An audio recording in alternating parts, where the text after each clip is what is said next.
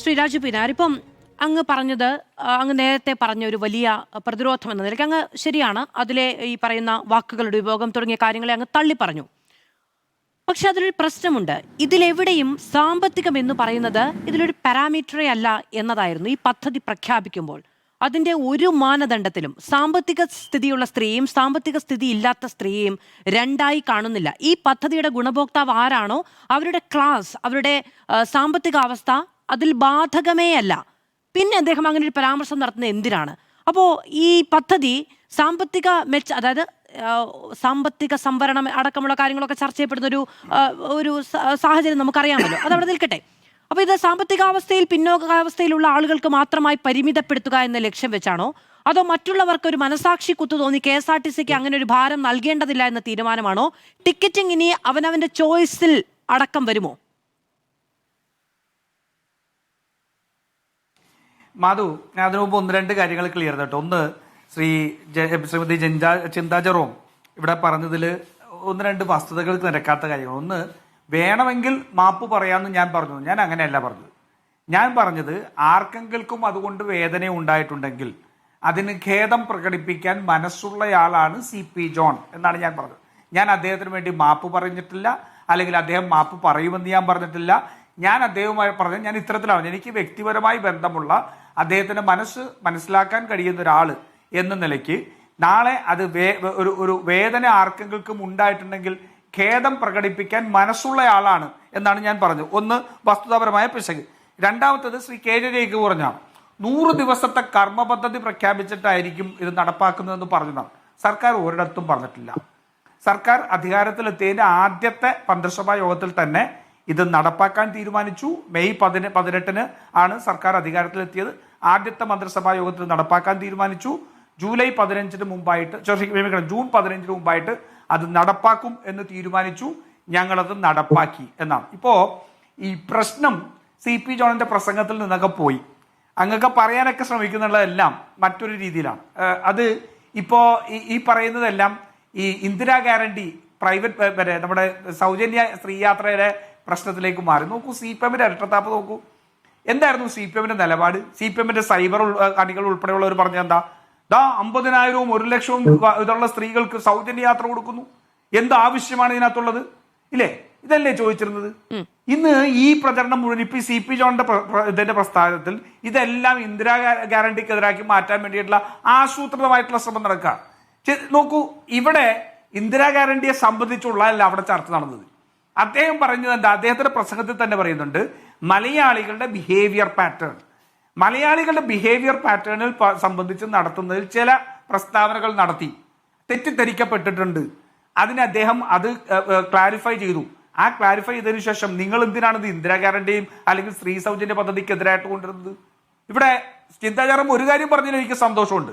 കാരണം ഞാൻ കഴിഞ്ഞ കുറെ നാളുകളായി പറഞ്ഞുകൊണ്ടിരുന്നതാണ് ഈ തീവ്ര വലതുപക്ഷം വിവരണമാണ് അങ്ങ് നടത്തുന്നത്. എനിക്ക് അല്ല, അത് വസ്തുതാവിരുദ്ധമാണ് സർ. അത് അങ്ങനെയല്ല. ഇന്ദിരാ ഗ്യാരണ്ടിയുമായി അതിനെ ബന്ധിപ്പിക്കേണ്ടതില്ല എന്നാണ് പറയുന്നത്. ഞാനൊരു കാര്യം ചോദിച്ചോട്ടെ മാധു, എനിക്ക് അറിയാൻ വേണ്ടി ഞാൻ ചോദിക്കണം. അങ്ങ് CP ജോൺ നടത്തിയ ആ പരിപാടിയിലെ മുഴുവൻ പ്രസംഗം കേട്ടിരുന്നോ? കേട്ടിരുന്നു. പറയൂ. മുഴുവൻ പ്രസംഗം അങ്ങ് കേട്ടോ? ഇല്ല, അതായത് ആ പരിപാടിയിൽ പ്രസംഗിച്ചത് മുഴുവനുമല്ല, ഇതുമായി ബന്ധപ്പെട്ടും അതിനു മുന്നും പിന്നുമുള്ള കാര്യങ്ങൾ. മാധു, അത് തന്നെയാണ് ഞാൻ പറയുന്നത്. മലയാളിയുടെ ബിഹേവിയർ പാറ്റേൺ എന്ന് പറയുന്ന ഒരു വിഷയത്തെ കുറിച്ച് അദ്ദേഹം അല്ലെങ്കിൽ മറ്റ് വേറൊരു പരിപാടിയാണ് സംസാരിച്ചപ്പോൾ അതിനെക്കുറിച്ച് സംസാരിച്ചിട്ട് 1 മിനിറ്റ് എടുത്തിട്ട് നമ്മൾ എങ്ങനെ ജഡ്ജ്മെന്റിലാവും? ഇൻഫോംഡ് ആവണ്ടേ നമ്മുടെ ഡിസ്കഷൻസ്? മാധു പറയുന്നത്, മാധു ഒരു ആങ്കർ ഇൻഫോംഡ് ആവണ്ടേ? ഞാൻ പറയട്ടെ, മാധു ഇത്രയും പറഞ്ഞപ്പോ ഞാൻ ധരിച്ചത് മാധു ഇതിന്റെ മുഴുവൻ പ്രസംഗവും കേട്ടെന്നാണ്. ഞാൻ അശക്തനായി പോയതിന്റെ ഇതിലാണ് ഇരുന്നത്. കാരണം എനിക്കിത് കേൾക്കാൻ പറ്റിയില്ല എന്നുള്ളതിലാണ് നിന്നത്. അങ്ങും കേട്ടിട്ടില്ല. ഇവിടെ പ്രൈവറ്റ് ബസ്സുമായി ബന്ധപ്പെട്ട പ്രതിസന്ധികൾ തുടങ്ങിയ കാര്യങ്ങൾ ഞാൻ പറയട്ടെ. ഒരു മിനിറ്റ്. അല്ലല്ല, ഞാൻ ആ പ്രസംഗവുമായി ബന്ധപ്പെട്ട മുഴുവൻ കാര്യങ്ങളും പറഞ്ഞത് പ്രൈവറ്റ്. ഒരു മിനിറ്റ് ശ്രീ രാജു പി നായർ, ഒരു മിനിറ്റ്. ഈ പ്രൈവറ്റ് ബസ് ഓണേഴ്സുമായിട്ടുള്ള പ്രശ്നവും പ്രൈവറ്റ് ബസ് മേഖല അനുഭവിക്കുന്നതുമായി ബന്ധപ്പെട്ട പ്രശ്നങ്ങൾ അദ്ദേഹം സംസാരിക്കുകയുണ്ടായി. ആ സംഭവമാണ്, അത് നമ്മളെല്ലാവരും ചർച്ചപ്പെട്ട വിഷയമാണ്. അതിലൊന്ന് ആ സംഭവങ്ങൾ കുറച്ച് ഞാൻ ഓടിച്ചു വിട്ട് കേട്ടു എന്നതു മാത്രമാണ് ശ്രീ രാജു പി നായർ. പക്ഷെ ഇവിടെ നോക്കൂ, അദ്ദേഹം പറയുന്ന ഒരു കാര്യമുണ്ട്. അഭിനയം എന്ന് പറയുന്നത്, അഭിനയം എന്നാൽ ചെറിയ കാര്യമല്ല. ബസ്സിന് കാശില്ലാത്ത സ്ത്രീയെ കുറിച്ച് അദ്ദേഹം പറയുന്നത് പ്രിയദർശിനി പദ്ധതിയുമായി ബന്ധപ്പെട്ടാണോ അല്ലയോ? മാധു ദയവേത് അങ്ങ് അങ്ങനെ പറയണ്ട. കാരണം അങ്ങും ഞാനും എല്ലാം കേട്ടിരിക്കുന്ന ഏതാണ്ട് 1 മിനിറ്റ് 32 മിനിറ്റുള്ള ക്ലിപ്പാണ്. അല്ലാണ്ട് ഓടിച്ചു വിട്ട് കേട്ടോ എന്നല്ല, ഒരാളും ഇത് കേട്ടതായിട്ട് മുഴുവൻ വീഡിയോ കണ്ടായിട്ട് എനിക്കറിവില്ല. ദയവേത് നിങ്ങൾ അങ്ങനെയൊന്നും പറയല്ലേ. അതൊക്കെ തെറ്റിദ്ധരിപ്പിക്കുന്ന രീതിയിലാണ് പറയുന്നത്. നിൽക്കൂ, അത് വിട്. ഇനി ഞാൻ മറ്റുള്ള കാര്യം പറയട്ടെ. എന്തായാലും ചിന്താ ജെറോമിന് CP ജോൺ തീവ്ര വലതുപക്ഷ രാഷ്ട്രീയക്കാരനാണ് അല്ലേ? ഇദ്ദേഹം പറഞ്ഞ ഒരു പ്രസ്താവനയിൽ അബദ്ധമുണ്ടായെങ്കിൽ അതിന് ജസ്റ്റിഫൈ ചെയ്ത, അല്ലെങ്കിൽ ജസ്റ്റിഫൈ ന്യായീകരിക്കല്ല, അതിനെ ക്ലാരിഫൈ ചെയ്ത്. ഞാൻ ചോദിക്കട്ടെ, MM മണി ഈ നാട്ടിൽ റേഷൻ മേടിച്ച് നക്കി തിന്നു, എന്നിട്ട് ഞങ്ങൾക്ക് വോട്ട് ചെയ്തില്ല എന്ന് പറയാം MM മണി ഏത്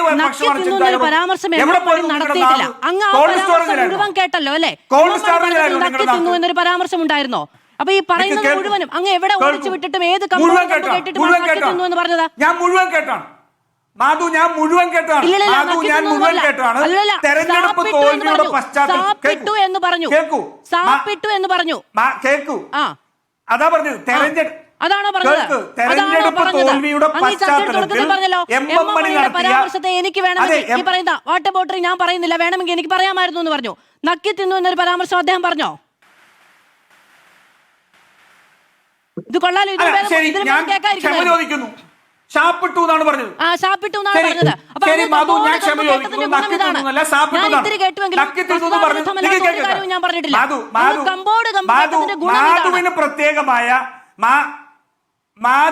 മാധുവിന് അല്പം ഈഗോ ഹേർട്ട് ആയിട്ടുണ്ടെങ്കിൽ ദയവേത് ചർച്ചയ്ക്ക് അത് കൊണ്ടുവരണ്ട. ഞാൻ പറഞ്ഞത് ശരി, നക്കി തിന്നു എന്ന് പറഞ്ഞ് ഞാൻ പിൻവലിച്ചു. സാപ്പിട്ടു എന്നാണ് പറഞ്ഞത്. സാബു ജേക്കബാണ് പറഞ്ഞത് നക്കി തിന്നു. കേൾക്കൂ മാധു, കേൾക്കൂ. അവകാശമോ ആഭരണമാണോ? മാധു എന്താ മാധു ഈ നാട്ടിൽ പെൻഷൻ മേടിച്ചിട്ട് സാപ്പിട്ടിട്ട് വോട്ട് ചെയ്തില്ല എന്ന് പറഞ്ഞത് അധിക്ഷേപകരമായിരുന്നില്ലേ? അല്ല, അങ്ങ് പറഞ്ഞത് പെൻഷൻ മേടിച്ച് സാപ്പിട്ടിട്ട് വോട്ട് ചെയ്തില്ല എന്ന് പറഞ്ഞത് അധിക്ഷേപകരമായിരുന്നില്ലേ? ജനാധിപത്യ വിരുദ്ധമായിരുന്നില്ലേ? എന്റെ ചിന്താ ജെറോമിനോട് ചോദിച്ചില്ല. എന്റെ ചിന്താ ജെറോമിന്റെ നിലപാട് എന്തുകൊണ്ട് ചിന്താ ജെറോം നിങ്ങൾക്ക് അതിനകത്ത് തള്ളി പറയാൻ പറ്റാത്തത് എന്തുകൊണ്ടാണ് ചോദിച്ചില്ല? ഞാനിവിടെ വന്നിരുന്നു പറഞ്ഞല്ലോ. പരാമർശത്തെ വിമർശിച്ചിട്ടുള്ള മാധ്യമപ്രവർത്തകയാണ് ഞാൻ. പക്ഷെ പറയാത്തത് പറയുന്നതോ? CP ജോൺ പറഞ്ഞതിൽ പറയാത്ത ഒരു വാക്ക് ഞാൻ ഇവിടെ ഉന്നയിച്ചോ? അങ്ങ് അതിനെ ന്യായീകരിക്കാൻ വേണ്ടി MM മണിയെ വിളിച്ചുകൊണ്ടുവന്നപ്പോ അദ്ദേഹം നടത്താത്ത ഒരു പരാമർശമല്ലേ പറഞ്ഞത്? ഇതിൽ എന്ത് ന്യായവും നീതിയുമാണ്? എന്നിട്ട് അങ്ങ് പിൻവലിച്ചു. അങ്ങയുടെ CP ജോൺ പിൻവലിച്ചതുപോലെ അങ്ങ് പിൻവലിച്ചു അല്ലേ? മനസ്സിലാക്കാത്ത മാധു വിഷയം പഠിച്ചിട്ടില്ലാത്ത ഒരു ചർച്ചയാണ് നടത്തുന്നതെന്ന് തുറന്നു കാണിക്കപ്പെട്ടതിന്റെ അങ്ങയുടെ അസ്വസ്ഥത മനസ്സിലാവും. ശരി, അങ്ങ് MM മണിയെ കുറിച്ച് ഉന്നയിച്ചത് പഠിച്ചിട്ടാണോ? അങ്ങ് MM മണിയെ കുറിച്ച് ഉന്നയിച്ചത് പഠിച്ചിട്ടാണോ? ചോദിക്കാത്ത ചോദ്യം അങ്ങ് MM മണിയെ കുറിച്ച് ഉന്നയിച്ചത് പഠിച്ചിട്ടാണോ? അങ്ങ് MM മണിയെ കുറിച്ച് പറഞ്ഞത് പഠിച്ചിട്ടാണോ? ശ്രീ രാജു പി നായർ, പഠിച്ചിട്ടാണോ? MM മണിയെ കുറിച്ച് ഉന്നയിച്ചത് പഠിച്ചിട്ടാണോ? ഞാൻ തിരുത്തിയല്ലോ. നിങ്ങൾക്ക് തിരുത്തൊരു അലങ്കാരമാണ്. ആളുകൾ വിമർശിക്കുകയും തെറ്റ് ചൂണ്ടിക്കാണിക്കുകയും ചെയ്യുമ്പോൾ നിങ്ങൾക്ക് തിരുത്തൊരു അലങ്കാരമാണ്, ലക്ഷറിയാണ്. ഇല്ലാത്തത് പറയാ. ഞാൻ ഈ ചർച്ചയിൽ പറഞ്ഞ ഇല്ലാത്തൊരു കാര്യം അങ്ങ് പറയൂ. എന്തൊരു മാത്രം മാധുവിന്റെ ഈഗോയെ ഹേർട്ട് ചെയ്തതിൽ ഞാൻ എന്റെ ഈഗോയാണ്. ഒരു മനുഷ്യന്റെ അഭിമാനമല്ലേ? ഇപ്പൊ നോക്കൂ, അല്ല നമുക്ക് MM മണിയുടെ പ്രതികരണം കേൾക്കാം. നമുക്ക് MM മണിയുടെ പ്രതികരണം കേട്ടിട്ട് പോകാം. പ്രൊഡ്യൂസർ ഒന്ന് പ്ലേ ചെയ്യൂ. പ്രൊഡ്യൂസർ ഒന്ന് പ്ലേ ചെയ്യൂ. ജനക്ഷേമ പരിപാടികൾക്കും വോട്ട് കിട്ടുമെങ്കിൽ ഒരു കാരണവശാലും LDF പരാജയപ്പെടാൻ പാടില്ല.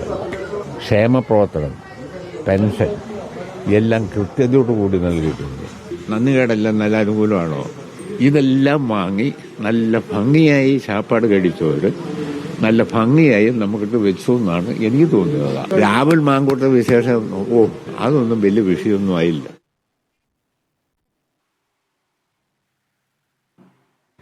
എം നാണി നടത്തിയ പരാമർശമാണ്. അങ്ങ് പറഞ്ഞ വാക്ക് ഇതിൽ എവിടെയെങ്കിലും കാണിക്കാമോ? മാധു, എന്റെ ചോദ്യം ചിന്താ ജെറോമിന്റെ തീവ്ര വലതുപക്ഷ ചാർത്തൽ എം മണിയുടെ കാര്യത്തിൽ ഫ്രീസറിലായിരുന്നോ? ചിന്താ ജെറോം ചോദിക്കാം ചിന്തയോട്. ചിന്തയ്ക്ക് ആ രാഷ്ട്രീയമുള്ള ആളാണല്ലോ, നമുക്ക് ചിന്തയോട് ചോദിക്കാം. അതിന് എനിക്ക് പറയേണ്ട കാര്യമില്ല, നമുക്ക് ചിന്തയോട് തന്നെ ചോദിക്കുകയും ചെയ്യാം. പറയട്ടെ മാധു പറയട്ടെ. മാധു എന്തിനാ ഇങ്ങനെ ആവുന്നത്? ഞാൻ ഇവിടെ വന്നിരുന്ന എന്റെ ആദ്യത്തെ സെഗ്മെന്റിൽ മുഴുവൻ അതിനകത്ത് തിരുത്തപ്പെടേണ്ടതുണ്ടെന്നും അതിനകത്ത് അത് തിരുത്തപ്പെടാൻ അദ്ദേഹം തയ്യാറായെന്നും വേണമെങ്കിൽ തന്നെ അദ്ദേഹത്തിന് അത് ബോധ്യപ്പെട്ടതിന്റെ അടിസ്ഥാനത്തിൽ അദ്ദേഹം ജനങ്ങൾക്ക് വേദന ഉണ്ടെങ്കിൽ മാപ്പ് പറയാൻ കഴിയുന്ന ആളാണ് എന്ന് പറയാം. ഖേദം എന്നാണ് ഉദ്ദേശിച്ചത്. പറയാനുള്ള ആളാണെന്ന് ഞാൻ പറഞ്ഞില്ലേ. ചിന്താ ജെറോം ഇത് പറയാനുള്ള ധാർമ്മികമായ അവകാശം എന്താണ്? ഞാൻ ഇവിടെ വന്നിരുന്ന് ഇത്രമാത്രം ഇതായിട്ടൊരു സ്റ്റേറ്റ്മെന്റിൽ ഞാൻ എടുത്ത നിലപാട് പോലും ചിന്താ ജെറോമിന് എടുക്കാൻ പറ്റിയിട്ടുണ്ടോ? ചിന്താ ജെറോമിന് മുൻകൂർ ഇതിന്റെ പേരിൽ എം മണിയെയും വിജയരാഘവനെയും ഉൾപ്പെടെയുള്ള നേതാക്കന്മാരെ തള്ളിപ്പറയാൻ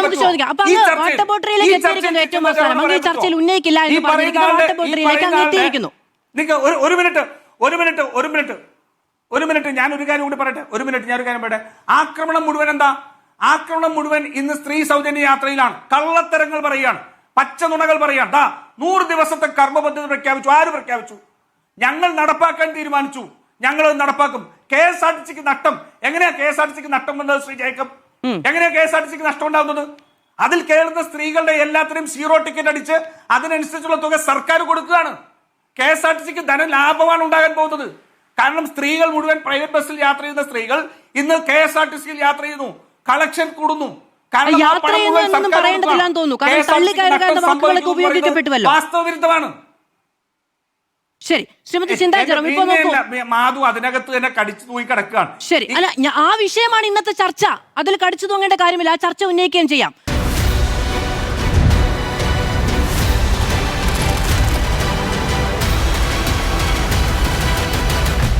ഡിബേറ്റ് വിത്ത് മാധു സജി.